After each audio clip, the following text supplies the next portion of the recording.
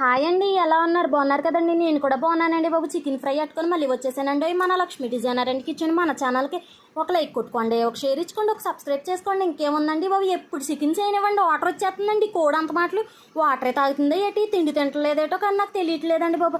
అందుకనేసి అండి ఇలా మగ్గిచ్చేద్దామని ఫిక్స్ అయిపోనండి బాబు. 2 ఉల్లిపాయలు కూడా వేసి మరీ మగ్గించేసాను అనుకోండి, అదరగొట్టేస్తుందండి. ఇంకేముందండి, ఇవన్నీ మగ్గిపోయినాయి. చూసా వాటర్ చూసారు ఎలా వస్తుందో, స్విమ్మింగ్ పూల్లో స్నానం చేసిన దానిలా కనబడుతుందండి నాకు. అందుకనేసి శుభ్రం నా బాధ భరించడానికి మగ్గిపోయిందండి.